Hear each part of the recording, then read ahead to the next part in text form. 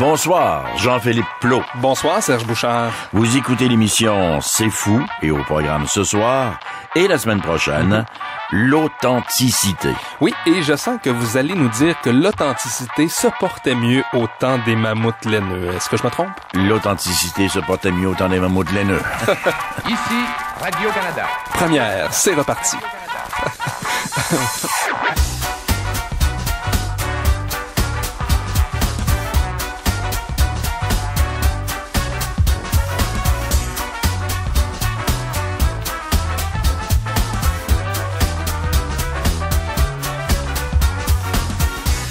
Alors maintenant, c'est avec un immense plaisir que nous recevons une authentique légende intellectuelle qui écrit et réfléchit depuis plusieurs années sur notre thème d'aujourd'hui, l'authenticité. Monsieur Charles Taylor. Bonjour. Bonsoir. Bonsoir. Et bienvenue à l'émission C'est fou. Sur l'authenticité, on va plonger tout de suite parce que, puisqu'on est dans les temps modernes, nous n'avons pas toute l'heure. Le concept d'authenticité est un concept à la mode. Historiquement, ça a dû commencer quelque part. Quelles en sont les origines? Ouais, il y a des origines lointaines, mais je crois que le concept actuel, c'est l'ère romantique. L'ère romantique en Allemagne et plus spécifiquement la décennie des 1790. Mais enfin, c'est peut-être trop pointu, mais c'est là où... Non, c'est bon, 1790. On a un repère, là. Oui. Au mois de mai 1790, c'est parfait. Et c'est un ensemble d'auteurs allemands, surtout Herder, qui ont écrit là-dessus. Herder a dit que chaque être humain a sa propre mesure. Et c'est ça la révolution de penser que chaque être humain est différent. C'est ça. Et chaque être humain a sa façon d'être humain. Et donc, à l'intérieur de l'éthique traditionnelle occidentale, l'éthique humaniste, c'est-à-dire que l'être humain a une certaine nature, puis chaque être humain immuable. Doit le réaliser. On a le concept que chacun a sa façon de le réaliser qui est sienne, et que s'il part de ça et s'il fait d'autres choses, sa vie est en quelque sorte ratée. Hein? Je vois. La source est intérieure plutôt qu'extérieure. C'est pas l'être humain, c'est la personne en tant que telle. C'est pas tout à fait intérieur parce que ça se comprend dans le contexte d'une conception dialogique de l'être humain. Chez Herder et d'autres, ils ont insisté que l'être humain commence avec la conversation. L'être humain devient un être langagier, c'est ça qui est très important en linguistique, avec le dialogue, avec l'échange. Donc, c'est quelque chose qui est défini à l'intérieur de l'échange, mais c'est quand même quelque chose qui me concerne, qui est ma propre façon d'être. Et en fin de compte, c'est moi qui dois entériner ça, ratifier ça. Mais je vois, donc on dit, c'est l'époque des romantiques, on va interpréter l'idée que le moi, le je devient spécifique. Dans la société traditionnelle, ça me tracasse quand même. Vous savez que je suis anthropologue, alors je pose la question. La société traditionnelle, j'imagine qu'un chasseur au paléolithique, même au néolithique, un chasseur a un jeu aussi. Il y a un modèle. Oui. Mais quel est le modèle dans la société traditionnelle qui est pré-romantique? Ça, c'est vraiment traditionnel.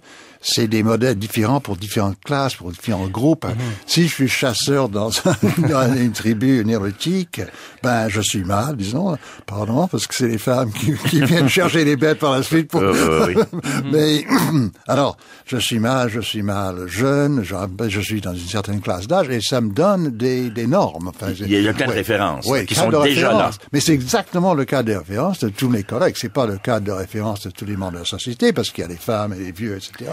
Oui. Mais de mon groupe d'âge masculin, c'est le même cas, le même idéal, les mêmes exigences, etc. Alors c'est complètement différent. C'est changer et transformer du moment où je dis que moi, Charles et quelqu'un d'autre, ils sont dans la même classe d'âge, mais quand même, ils ont quelque chose de particulier à chercher, qui est leur façon d'être. Ça, c'est complètement, pas du tout dans le portrait pour les sociétés antérieures. Mais aujourd'hui, c'est vraiment ce qui nous occupe, l'authenticité, ce qui caractérise, je dirais, l'ontologie là, du monde moderne. Ça se traduit comment parce qu'on a en fait vraiment une obsession, là, on va le voir dans plusieurs dimensions. Ben, ça se traduit d'abord dans la recherche. Certains jeunes, qu'est-ce qui est vraiment mon métier, ma voie dans la vie, et ça se traduit aussi dans des révoltes. Il y a des conflits terribles qui naissent entre parents et enfants. Ça a toujours existé, mais maintenant c'est autour de cette question-là. Ben, papa, tu veux que je sois avocat, mais est-ce que c'est vraiment moi, là? Moi, je voudrais jouer du piano, être un grand pianiste ou enfin un poète, etc. Et il y a cette lutte, hein, et ça naît avec l'ère romantique, mais ça a affecté d'abord les classes cultivées, ou le monde de l'art, etc., la bohème, etc. Et ça se voit aussi dans l'ère post-romantique, dans le fait que dans l'art même, la poésie, etc., une importance très grande était accordée à l'originalité. Hein. C'est ça. Mais ce qui est vraiment frappant, c'est à partir du milieu du XXe siècle, dans le monde occidental, c'est devenu généralisé. Et tout le monde commençait à parler aux États-Unis, do your own thing. C'est-à-dire que chaque individu devient important et peut entrer dans une crise de qui suis-je, qui je devrais être. Et là, cette responsabilité. Je passe un tour sur Terre et je veux pas le rater. Oui, c'est ça. Et c'est un peu comme si on s'était mis en demeure, finalement, de respecter de réussir notre propre vie, sans quoi, sinon on la rate. C'est ça. Si je vis la vie d'un autre, quoique très réussi dans ce domaine, j'ai raté en un sens. Mais vous avez évoqué la question de l'originalité. On vit encore en société avec des normes sociales, avec de la pression sociale, du conformisme. C'est quand même un peu difficile d'être original dans un cadre où il y a toutes ces pressions-là encore aujourd'hui. Oui. Et alors, ça veut dire qu'on arrive à beaucoup d'originalité inauthentique ou fausse, où on invente quelque chose qui... tout le monde se croit original, mais on suit un certain grand figure une vedette, star, chez les jeunes, ça arrive souvent. On l'identifie avec lui, avec elle, et puis je suis pareil à tous les autres qui en font autant, tout en croyant que je suis original. Peut-être parce que je suis en révolte contre mes parents, donc je crois que c'est là ça l'originalité.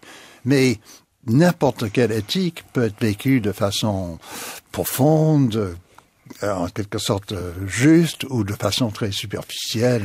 Mais ça devient très exigeant sur le plan du respect et du respect, parce que là on multiplie les unités, les originalités. C'est les originalités qui ont des droits. J'ai le droit d'être moi-même. Mais là, on est des millions de droits d'être moi-même. Et ça crée un nouvel univers complètement sur le plan de l'éthique. Oui, et je crois qu'on voit ça depuis à peu près les années 60 dans le monde occidental, à l'intérieur de la morale des droits humains. Chacun a droit à être respecté. Il y a cette nouvelle conception de l'identité. On devrait respecter l'identité de chacun. Et c'est très important parce qu'on voit tout le développement du mouvement gay qui est à l'intérieur de ce nouveau cadre. C'est-à-dire que moi, je fais souvent cette comparaison. Il y a André Gide qui est sorti du placard aux années 20 parce que dans des périodes qui n'étaient pas confortables. Pas du tout. Ça a coûté énormément, mais lui était ému par une espèce de compassion pour ses gays, ses collègues gays qui souffraient énormément. Mais aux années 60, ça a été posé d'une façon complètement différente. Question de droit, question de non-discrimination contre une identité. Et ça a donné beaucoup plus de force. C'est pas simplement une question de, non, c'est cruel, ce n'est pas vraiment montrer de la compassion pour les gens que de les traiter comme ça. Une question de droit, là. Question de droit. On est une autre identité, ne pas nous accorder des privilèges qu'ont les autres. Ça, c'est vraiment une injustice. La possible dérive aussi, on le remarque, si chaque individu a des droits, donc le droit immense, je dirais, à son intégrité, à son originalité, évidemment, ça peut créer des nouvelles solidarités, ça peut créer un nouveau monde, ça peut créer aussi une forte démocratie, mais ça peut aussi créer beaucoup de conflits. Oui, et ça peut aussi créer d'autres formes d'égoïsme. C'est ça. Si on regarde aux États-Unis, c'est très clair, là, parce que là, il y a une certaine faiblesse de la compréhension de la solidarité, si je peux dire, hein, ouais. Et c'est vraiment, on regarde la droite américaine, c'est vraiment ahurissant. Surtout les gens qui partent après Ayn Rand et l'idée que moi je suis individu, je m'exprime. Voilà. La compassion pour les gens qui sont pas la même chance que moi, ça c'est autre avilissant. chose. Il faudrait que je poursuive, etc. Alors, il faudrait que ça soit encadré par un sentiment très fort de ce que nous devons aux autres. Alors ça, c'était là à l'origine, là, dans l'idée de Herder, de Humboldt, etc. Le fait que je ne suis moi-même qu'à l'intérieur d'un échange avec d'autres êtres humains. Et donc, j'ai besoin de ces gens-là, je dois quelque chose à ces gens-là. Ça peut s'estomper. Et ça, c'est vraiment un moment... C'est une grave dérive, quand même. Oui, ça, là. Oui. Dans une cinquantaine d'années, être authentique, selon vous, Charles Taylor, ça ressemblera à quoi? Ben, je crois que ça sera pour 50 ans quelque chose de tellement évident pour les gens qu'ils croiraient que c'est toujours le cas, que tout le monde a toujours été comme ça, et que les chasseurs néolithiques parce que on a toujours cette illusion rétrospective que ce que nous considérons comme absolument normal, évidemment normal de la vie, ben, tout le monde a toujours pensé comme ça. Je crois que même maintenant, on est presque arrivé à un point où c'est difficile pour nos jeunes d'imaginer. Ça s'est consolidé, c'est là. C'est ça. Avant, hein. Quand je leur dis, on ne parlait pas d'identité dans ce sens-là du tout avant la Deuxième Guerre mondiale. Quoi? Non? C'est ça, exactement. La perspective socio-historique. Les luttes identitaires du 19e siècle, non, malheureusement. Il y a quelque chose qui approche, s'en approche, mais enfin, il n'y avait pas ça. Alors, il trouve ça. Ben, écoutez, Charles Taylor, vous devriez recevoir la médaille de l'homme du juste milieu, des médiations, des conciliations, tout un travail de réflexion. Ça sert à ça, la philosophie, quand même.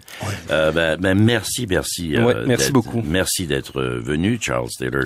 Moi, j'aime ça, philosophe, tout simplement, c'est ça, comme on dit, mécanicien. Charles Taylor, philosophe. Merci d'être passé dans les studios de C'est Fou. Oui, merci beaucoup. Merci. Il n'y a certainement pas de réponse à comment assume-t-on la condition humaine, car cette réponse, elle s'appelle la suite des religions humaines. Mais par contre, il y a des réponses à que peut-on faire sur des terrains limités. Plus la civilisation actuelle se développe, plus nous allons avoir une menace sur ce qui jadis était sauvé, soit par la religion, soit par la culture, pour des milieux extrêmement limités dans le second cas. L'écrivain français André Malraux qui posait en 1967 le problème de la quête de sens au micro de l'émission de radio des livres et des hommes à Radio-Canada. Problème qu'on a eu envie de soumettre 45 ans plus tard au professeur de philosophie de l'Université Laval, Jocelyn McClure, non pas pour qu'il le résolve, mais plutôt pour qu'il y réfléchisse avec nous. Bonsoir à vous, Jocelyn McClure. Bonsoir. Pour la petite précision historique, André Malraux, né en 1901, mort en 1976. Jocelyn McClure, on a parfois cette impression-là qu'il est plus difficile de donner un sens à nos vies qu'autrefois. Est-ce que c'est le cas, selon vous?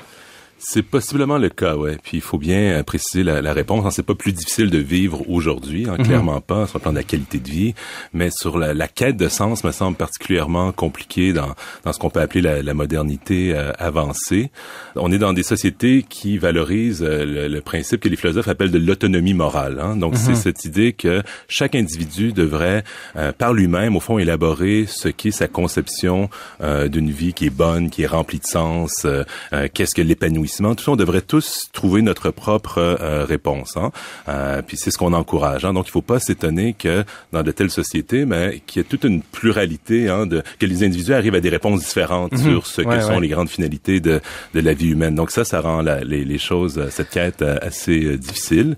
Au Québec, au Canada, cette transformation-là, ce changement-là, s'est opéré à partir de quelles années avec la Révolution tranquille dans le cas du Québec? Je pense que oui. Je pense que c'est un des transitions historiques les plus importantes, parce que le Québec, est pas devenu moderne simplement du jour au lendemain, mais il y a eu certainement une accélération importante à partir des années 60, si bien que le Québec est devenu une société désenchantée dans le sens où le sociologue Max Weber avait donné cette expression, c'est-à-dire que donc dans la modernité, les sociétés tout ce qui relève des grandes certitudes auxquelles on pourrait s'accrocher pour donner un sens à nos vies ont perdu beaucoup d'évidence et de plausibilité. Puis je pense que le Québec est tout à fait dans cette trajectoire historique. Donc c'est les sociétés désenchantées, c'est des sociétés qui sont sécularisées. Les religions sont pas du tout disparues, mais il s'agit plus du fondement de la vie collective. Puis c'est plus non plus la religion offre plus une espèce de cadre métaphysique et moral dans lequel on pourrait s'insérer tout spontanément. La religion peut plus jouer ce rôle-là. Mais André Malraux parle de religion et de culture. Ouais. Puis évidemment, avec André Malraux, c'est le même problème. La culture, c'est très, très précis, puis c'est juste des gens cultivés, mais moi, je suis un anthropologue. La culture, c'est pas mal plus que ça. Mais ici, on a un concept extrêmement intéressant qui est le désenchantement. Et il est vrai qu'à partir... C'est l'âge de la raison, il y a le rationalisme, il y a la laïcité, il y a les lumières, il y a 1000 raisons qui fait que on a enlevé les fioritures de la vie. Qui donnait un sens à la vie. Je mets la religion là-dedans, mais il y avait autre chose aussi. C'est un peu ça qui se produit à travers le monde, pas seulement au Québec, mais à travers le monde. Exactement. Du moins dans les sociétés où on se dit, les individus doivent être vus comme égaux en dignité et libres aussi, donc et autonomes. Puis ce qu'on oublie souvent dans ce concept de désenchantement du monde, c'est que ça touche pas seulement la religion comme système métaphysique, ça touche aussi à toutes les autres certitudes qu'on aurait pu vouloir, au fond, se donner une fois la religion évacuée. Donc, on n'a plus la confiance des philosophes des Lumières du 18e siècle. Voilà, ça c'est vrai. On peut plus penser que la raison humaine ou que les sciences vont nous guider vers une conception de l'épanouissement humain. En tout et tout, en tout et partout. Exactement. Donc, moi, je suis je crois en la raison humaine, aux sciences, mais c'est clair que même un esprit scientifique, rationnel, tout ça, la raison humaine ne nous guide pas vers une réponse univoque et absolue à ce qu'est une bonne vie. Il y en demeure pas moins que ça peut représenter des balises, par contre. Ça peut nous représenter des guides, c'est-à-dire la philosophie, la science. Tout à fait. Je pense qu'il faut mobiliser tous ces savoirs, puis il faut utiliser toutes les ressources de la raison humaine pour discriminer qu'est-ce qui vaut la peine d'être poursuivi, qu'est-ce qui vaut pas la peine, comment on doit se comporter par rapport aux autres, par rapport aux grandes causes. Mais clairement, ça nous dit pas voici comment je devrais vivre, voici quel devrait être mon système de valeurs et d'engagement. La raison est assez indéterminée et très faillible aussi par rapport à ce qu'est une bonne vie. Ni la science ni la raison ne nous donnent une raison de vivre ou les raisons de la vie, parce que dans ce qui est ce doute-là, cette angoisse, tout le monde se reconnaît là-dedans. La religion donnait la réponse avant. Mais là, il est plus là. Ça devient, c'est encore plus énervant. Tout à fait. Puis une des choses que je voudrais souligner, puis ça, je m'inspire de l'ouvrage de Charles Taylor, L'âge séculier.